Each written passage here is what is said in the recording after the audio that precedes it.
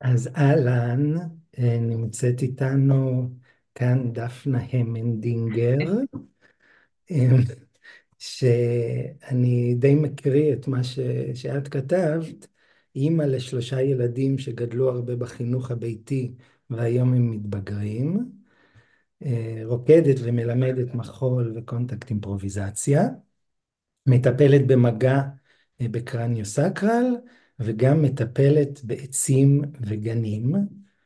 מה שלא כתבת שאת גם חברה אהובה שלי, אז כיף שאת פה.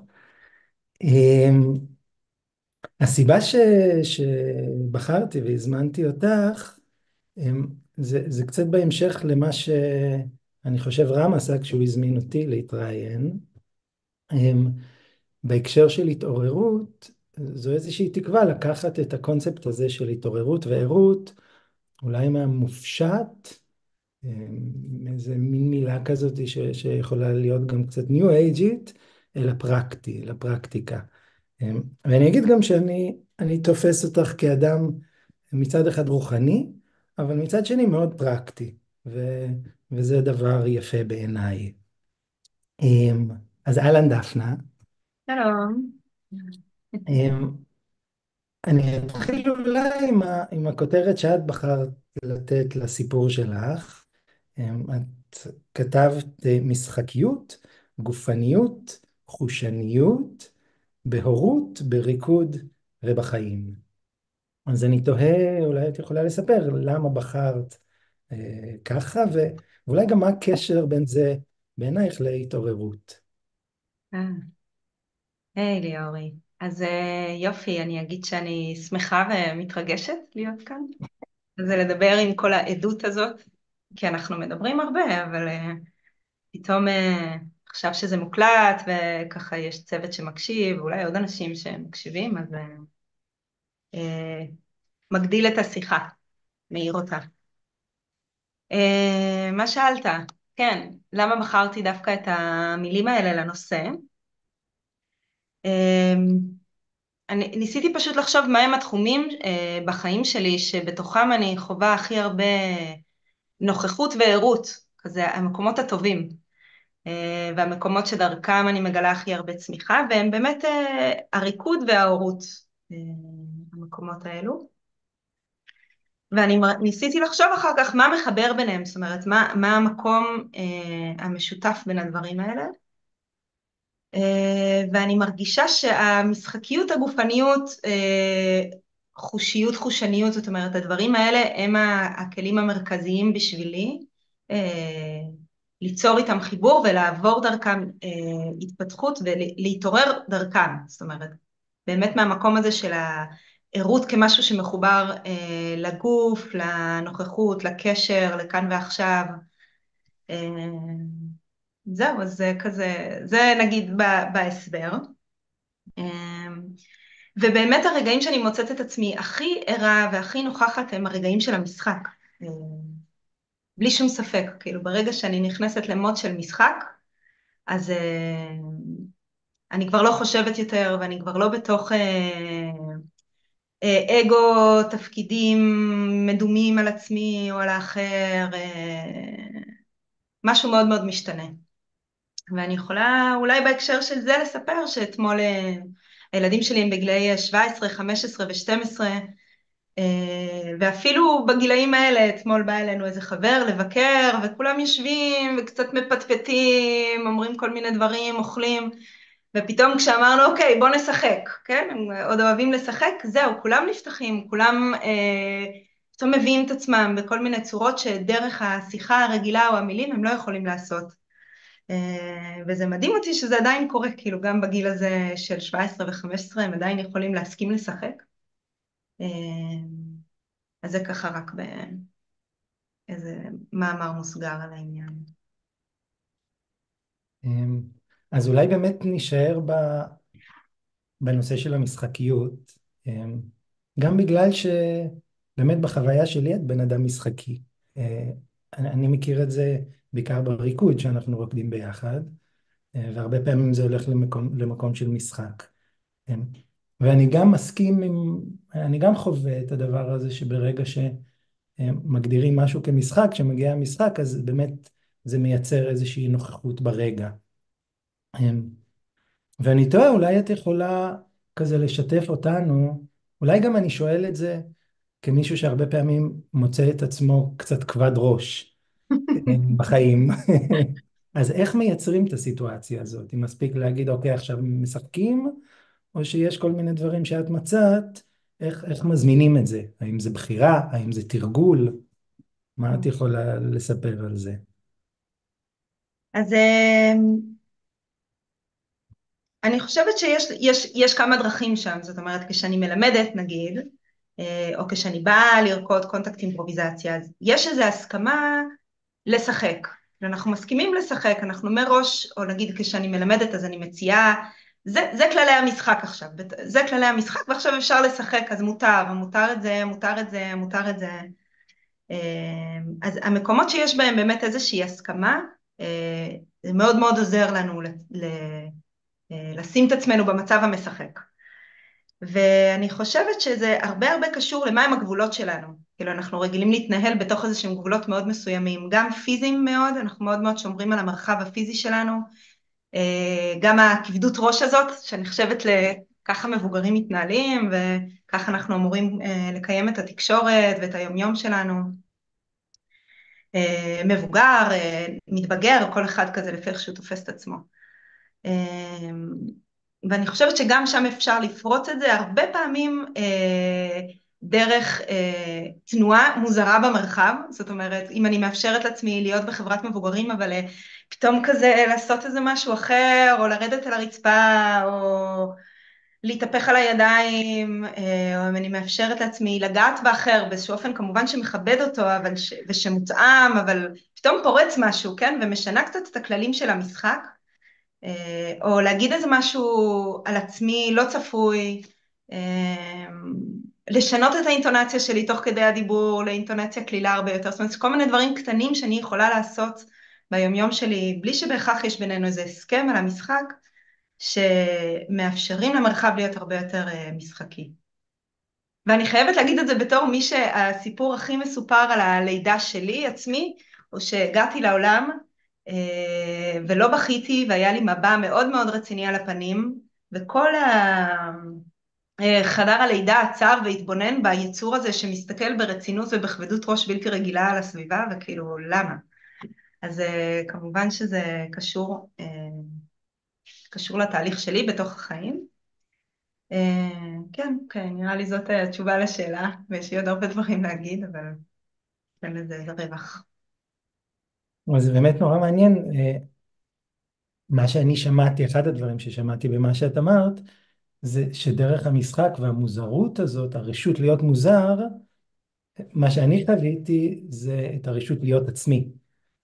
ואולי באמת זה מתחבר לאיזה יכולת התעוררות של באמת להיות עצמי ולהיות מי שאני, ולהרשות עם פחות גבולות ואיניביציות שאנחנו שמים על עצמנו, כן, פשוט לתת למה שעולה לעלות.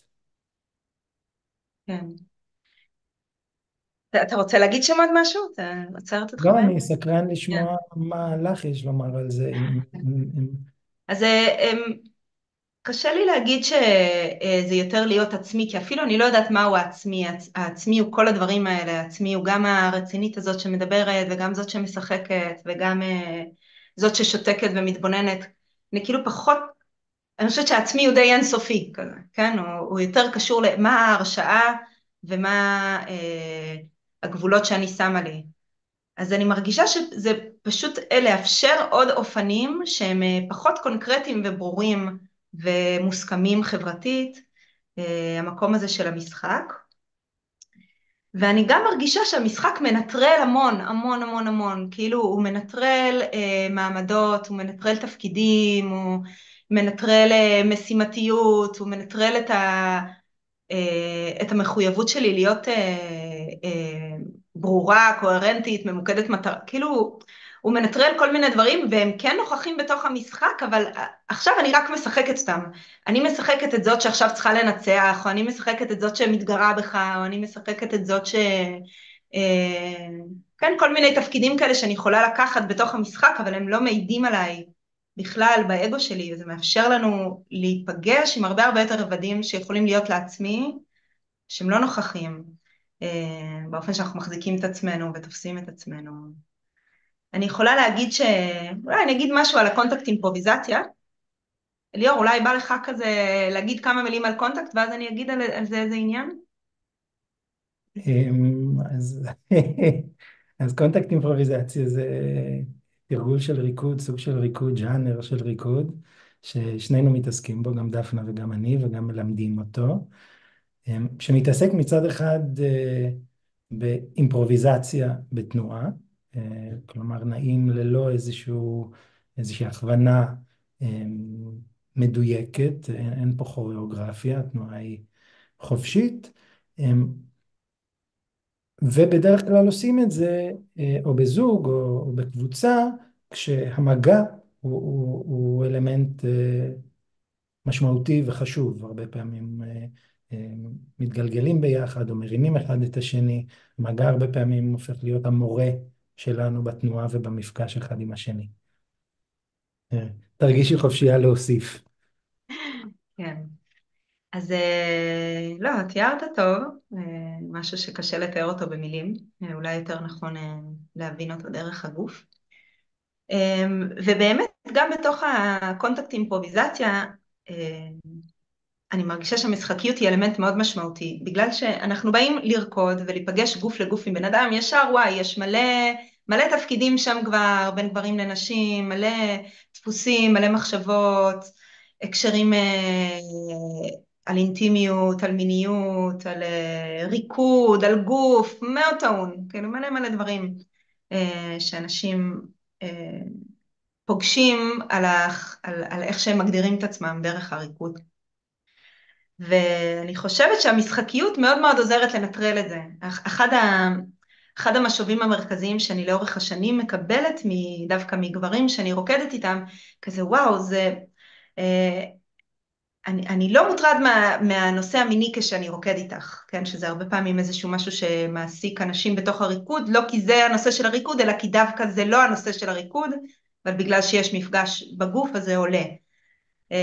אני לא מוטרד מזה בכלל, אני רק חווה את המשחק, כאילו, ולא את המתח הזה שאני יכול להכיר את עצמי חווה בתוך ריקוד עם נשים. אז זה קצת איזושהי דוגמה על מה שאני מרגישה שמשחקיות יכולה להביא גם בתוך הריקוד. כן. אז באמת, בטח נחזור למשחקיות עוד מעט, אבל אם דיברנו על הריקוד, אז זה מעביר אותי לשני דברים אחרים שאת כתבת, על הגופניות והחושניות. ואני סקרן לשמוע ממך באמת שני הדברים האלה, מה בינם לבין איך הם עוזרים כאיזושהי דלת לנוכחות או להתעוררות. כן. שאלה כזאת. בוא נראה מה אני אגיד.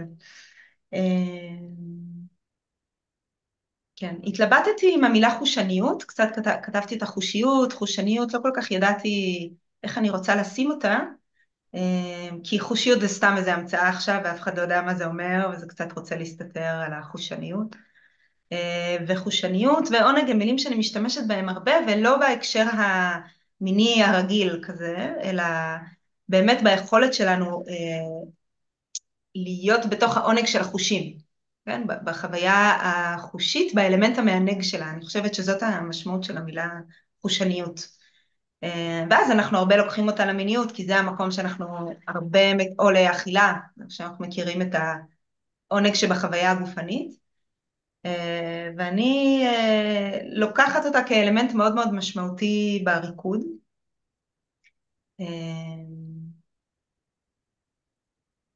עבורי המקום הזה של להיות בחיבור בגוף, להיות באיזושהי תנועה, נוכחות גופנית, עוד יותר אם אני במפגש עם בן אדם אחר, הם שוב מקומות שמנטרלים המון המון המון, הם כמו מדיטציה, כן? הם מנטרלים המון מהמחשבות, מהתפיסות על עצמי, מהטרדות, ומאפשרים לי להיות באיזשהו זמן הווה מתמשך שהוא כמעט אך ורק נוכחות, אבל נוכחות מהסוג החי, חושני, ער, מענג, שמח,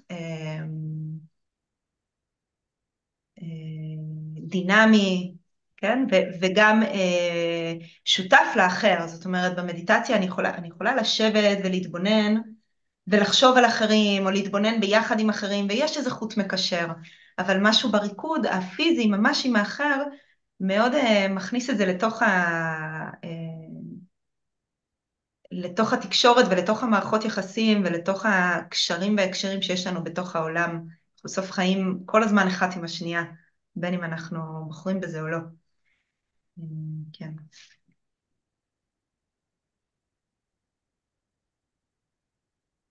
עוד דבר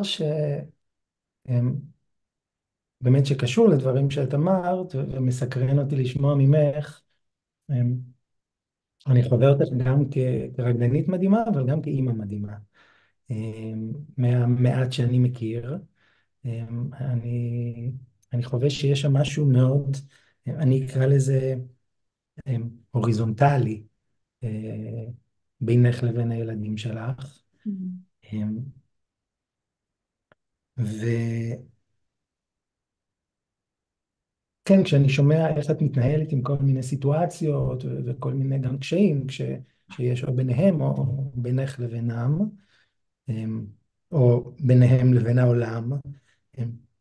ואני תוהה פה, גם את דיברת על קשרים, אם יש משהו שאת יכולה לומר על דברים שאת לוקחת מתוך ההורות אל החיים שלך כרקדנית, אל הריקוד, או אולי להפך, דברים שאת למדת בריקוד ואז את משתמשת בהם בתור אימא.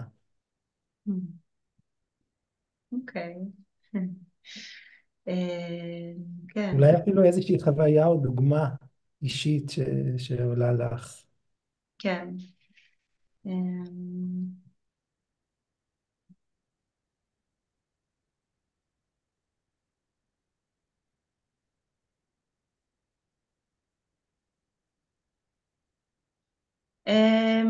מה שעולה לי זה הרבה על החוסר תפקידים. כאילו, לכאורה כמובן אני בתפקיד בהורות, אני אימא שלהם, הם ילדים, יש פה איזה תפקיד, אולי זה לא תפקיד, אבל כמו איזושהי אחריות מובנת מאליה מאוד ברורה, מתוקף היותי המבוגר וההורה. אבל מעבר לאחריות הגדולה והמשמעותית, כן, אני לא שמה אותה בצד, אני מרגישה שכל מערכת היחסים היא מתנהלת גם עם איזושהי בחירה של תפקידים כל הזמן. ואני חושבת שגם ככה קורה בריקוד. אני יכולה לרקוד ולהיות ככה יותר המובילה, או לרקוד ולהיות יותר המובלת בתוך הריקוד כרגע, או לרקוד ולהיות זאת שמציעה פתאום דברים חדשים, או לרקוד ולהיות זאת שעכשיו קצת לא במשחק וקצת צריך ללכת אחריי, או, או לרקוד באינטנסיביות עם המון אש, או לרקוד עם שקט והקשבה, ואני מרגישה שהייתי רוצה או שאני מנסה לקיים גם את היחסים שלי עם הילדים בצורה הזאת. שיש שם כל הזמן בחירה של תפקידים, אחד ביחס לשנייה, ושהם יכולים כל הזמן להשתנות ממש ברגע. וברגע אחד גם השיח משתנה, או האינטראקציה משתנה, או התקשורת באותו רגע משתנה. אם אני פתאום מתחילה להגיד משהו הורי כזה מעצבן, אני עוצרת באמצע המשפט, אני מנסה. ואני חוזרת להיות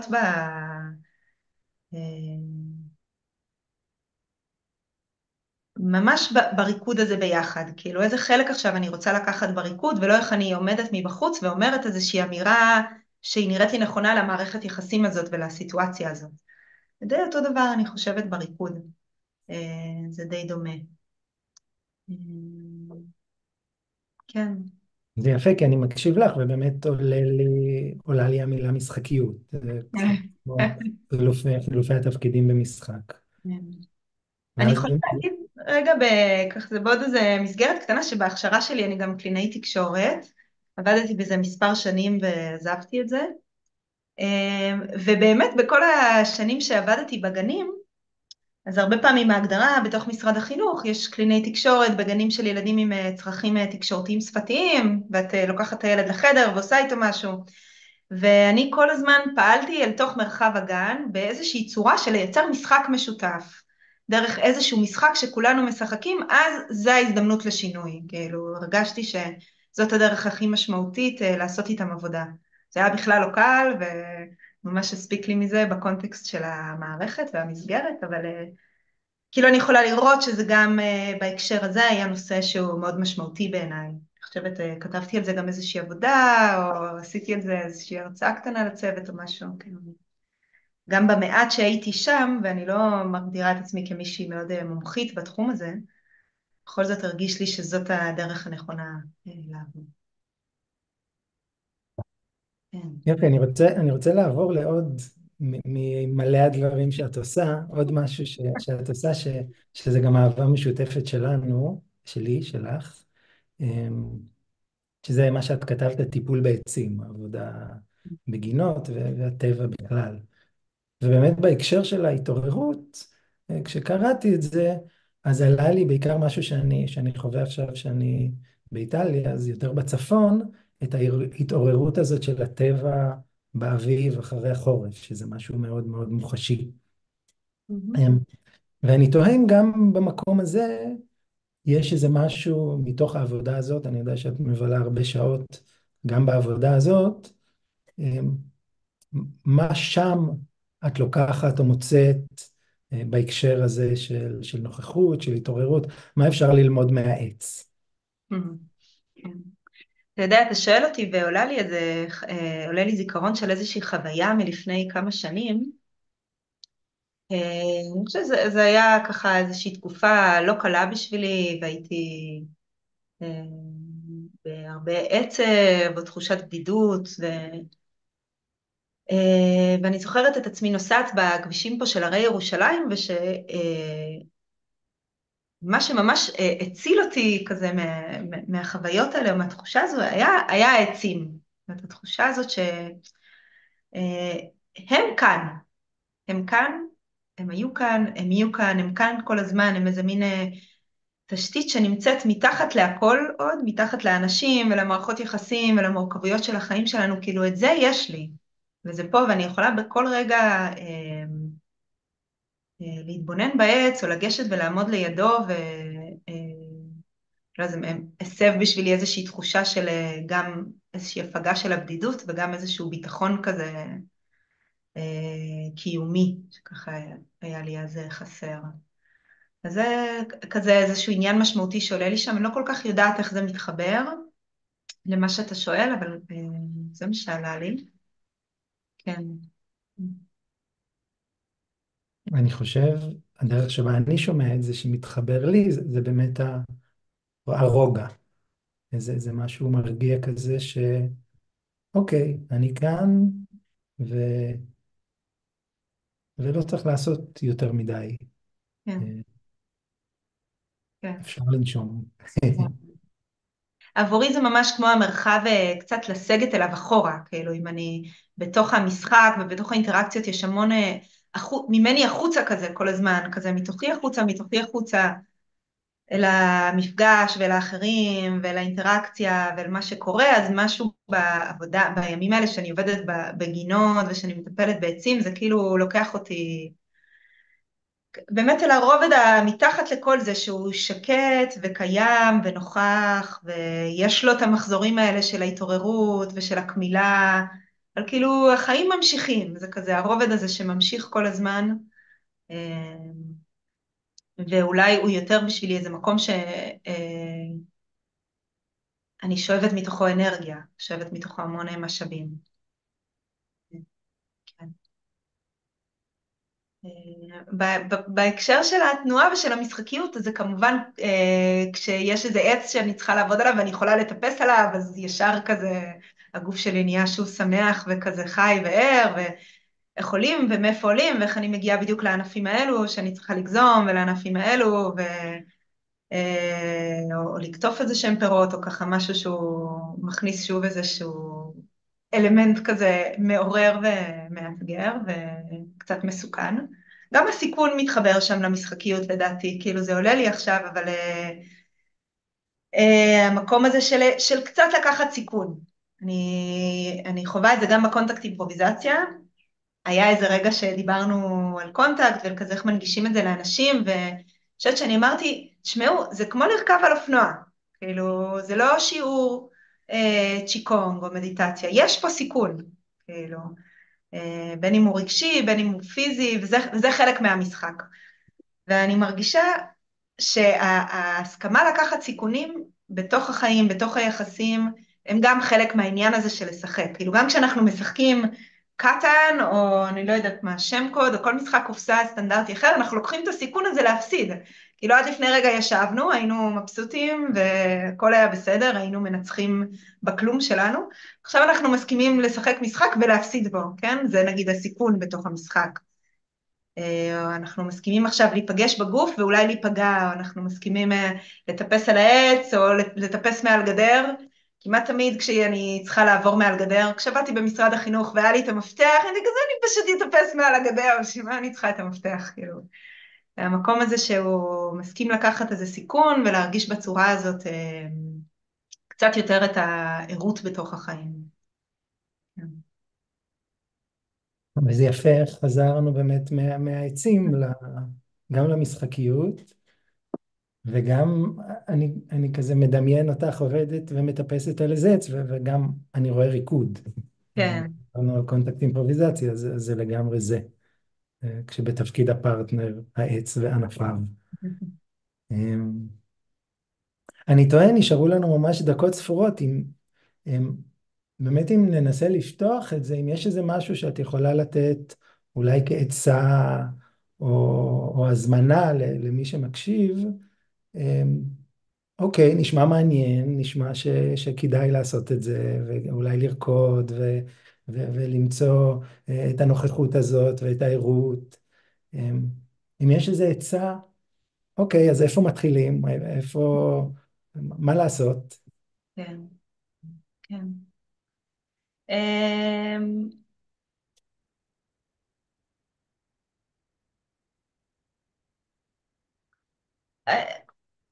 אני חושבת שיכולה להיות שני דברים העצה שלי בעניין הזה, גם כן עצה, אין לי מושג.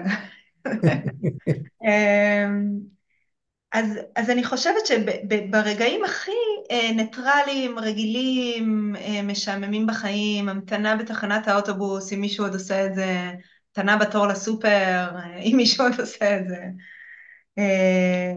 כזה ישיבה לארוחת ערב, או ישיבה לאיזה מין שיחה כזאת משמימה בין אנשים מבוגרים, כאילו לזהות את החלונות שבהם אפשר לפרוץ קצת את הגבול. בעיקר את הגבול של עצמי, זה לא כל כך קשור לגבול של האחר, אני רוצה לכבד את הגבול של האחר, אני רוצה גם לפרוץ אותו איפה שזה נראה שזה אפשרי, זה עניין של רגישות. פשוט קצת לפרוץ את הגבול שלי, הכי קטן, אם אני אעשה פרצוף מטופש, אם אני אזוז באיזושהי צורה מוזרה, או אני ארשה לעצמי לחייך פתאום, או להסתכל בעיניים, כן? או אפילו ארשה לעצמי להתרגש באופן מיוחד, או להתעצבן באופן מיוחד. אני חושבת שזה כבר איזושהי התחלה טובה. אפילו לשנות את קצב התנועה, כל דבר קטן שהוא פורץ קצת את הגבול שאני כל הזמן שמה לעצמי לבד, ובמיוחד בחברת האחרים.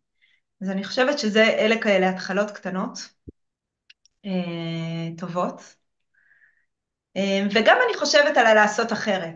זאת אומרת, אם אני רגילה לעשות את הדברים בצורה מסוימת, לא משנה מה, אם אני רגילה להגיד משהו מסוים, או לנוע בצורה מסוימת, או לפעול במערכת יחסים מסוימת בצורה אחת, פשוט לעשות הפוך. בכלל, רק לעשות הפוך, לא משנה למה, כאילו, ולראות מה קורה. כזה, כאילו להסכים לזה שאפילו עם האגו של עצמי אני משחקת. ובלי שום סיבה אני עושה הפוך, אפילו אם זה לא נכון בעיניי, והרבה פעמים זה כזה מפתח גם לנוכחות וגם להתפתחות. הרצאה. איזה יופי, זה יפה לי לשמוע את מה שאת אומרת, כי אני מאוד מכיר אותך ואת הקשר בינינו וכל הדברים האלה, שני הדברים האלה שאת אומרת, אני יודע שהם באמת נוכחים. ואני אנצל את ההזדמנות הזאת גם להזמין אנשים שרוצים לפגוש אותך, לבוא לשיעורייך, איפה שהם לא, בטח הם יהיו כתובים איפשהו מתחת לוידאו, ולתרגל את זה וללמוד את זה יותר. יופי, אז אני רוצה להגיד תודה, ודיברנו לפני כמה ימים, אמרתי זה משהו שאני מאוד מזדהה איתו, שאנחנו מדברים הרבה, פחות ממה שהייתי רוצה, אבל אנחנו מדברים הרבה וכיף לדבר סביב נושא מסוים שמעניין את שנינו, וזה נותן כזאת מסגרת. אז תודה. את רוצה עוד תודה לומר רבה. משהו?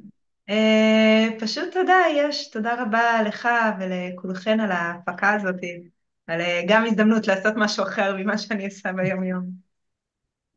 יופי, שיהיו ימים טובים ושמחים ומשחקיים.